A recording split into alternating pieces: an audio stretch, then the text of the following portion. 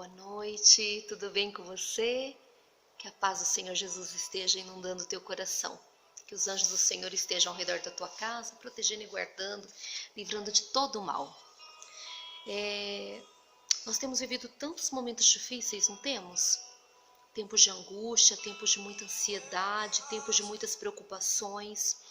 E como tem sido difícil lidar com tudo isso, não é? É difícil até de lidar com a gente mesmo, com pessoas, seja em casa, seja no trabalho. É muito difícil porque nós temos visto pessoas tão preocupadas, tão desesperadas por um tempo tão difícil que nós jamais imaginaríamos que estaríamos vivendo. Não é verdade? Esse tempo de calamidade é tanta preocupação, é enfermidade, é morte, é desemprego, é economia do país, é a política. O que se esperar de tudo isso, do nosso país? O que se esperar do amanhã? E às vezes nós acreditamos que temos o controle das coisas. E que parece que agora está fugindo do controle das nossas mãos. Mas verdade é que nunca teve no nosso controle. Porque o único que tem controle de todas as coisas é Deus. Então eu quero te convidar a meditar na palavra do Senhor, que está lá no Salmo 74. Salmo 74, ele vai nos ajudar, através do Espírito Santo, a combater a tristeza, a ansiedade, a preocupação, sim, porque aquele povo também estava passando por isso. E o salmista Davi, ele fala logo no comecinho, lá da leitura, você vai ver, que ele já começa assim para Deus.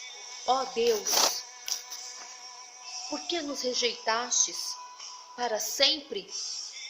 Então, ali o povo, eles estavam vivendo um tempo tão grande de aflição, que eles chegaram a ter a sensação de que Deus havia abandonado eles. Quantas vezes você já se sentiu assim?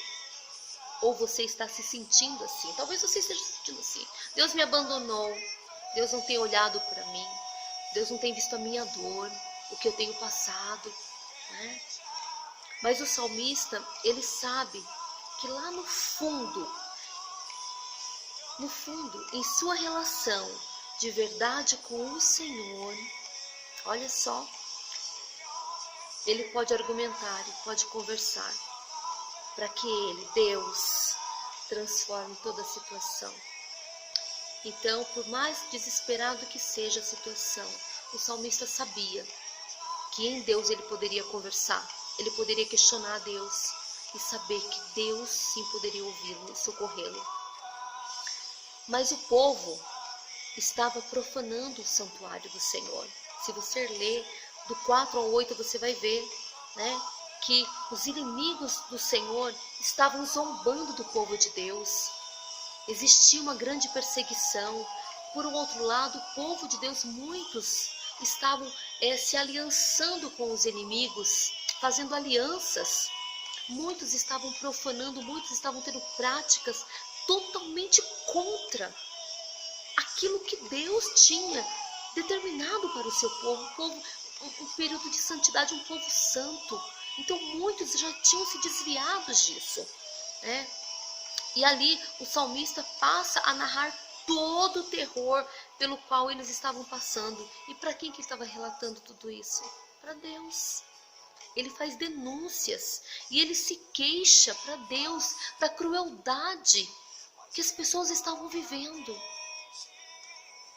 Você tem levado diante do altar do Senhor as suas ansiedades, as suas dores? Para quem você tem levado? Mas daí, lá no 9, do 9 ao 11, diz assim: blasfemará o inimigo o teu nome para sempre? O salmista falando para Deus. Olha, Deus, eles vão continuar blasfemando o teu nome para sempre? O Senhor vai deixar mesmo isso? E aí Deus, ele permite que o povo seja castigado. Sim. Mas o salmista, ele não se conforma, ele fica: Senhor, até quando, Deus? Até quando nos afrontará o adversário? Mas em seguida, logo em seguida, há uma demonstração de que toda tristeza e toda indignação, Deus estava cuidando. Toda indignação do salmista, quando ele começa a relatar para o Senhor, ao mesmo tempo ele começa a perceber que ele estava sendo ouvido, que tinha alguém que poderia resolver tudo, que poderia dar paz no coração, alguém que poderia resolver tudo aquilo, que era Deus. Sabe por quê? Porque lá do 12 ao 17, ele consegue reconhecer que Deus é o Deus da antiguidade, é o Deus da salvação, é o Deus que opera até hoje a salvação, em meio de toda a terra. E Deus não perde o controle de nada, porque Deus é o Deus que cuida do dia e da noite. É lindo isso. O salmista, então, ele entende que nós temos que admitir, temos que compreender que a decisão do Senhor é sempre a melhor. E às vezes, queridos, a decisão de Deus não é aquilo que a gente quer, mas nós precisamos entender que a vontade de Deus é boa, perfeita e agradável.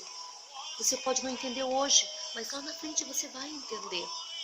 E do 18 ao 23, então, ele diz: Senhor, levanta-te, pleiteia em favor da tua própria causa. O salmista está ali dizendo: Senhor, eu sei que o Senhor é grande, me faz recordar a Deus. E quando ele começa a questionar a Deus, ele começa a ver todos os feitos maravilhosos que Deus fez lá no passado. E isso começa a alegrar o coração dele, começa a dar esperança para ele, começa a dar fôlego de vida. E é isso que o Senhor quer te dar nessa noite, fôlego de vida, de esperança. Deus é um Deus que não muda. Deus é um Deus de paz, que deu o seu único filho para morrer na cruz do Calvário, por amor a você. Você que está vendo esse vídeo, você não é um coitadinho, você não é uma coitada, mas você precisa renunciar a algumas coisas. O que você precisa renunciar? O que você precisa tirar do altar do teu coração? As preocupações, as más amizades, os maus pensamentos, as práticas de pecado que você sabe que tem realmente denunciado, que você tem envergonhado o Senhor Jesus? De que lado você está? Sim, de que lado você está?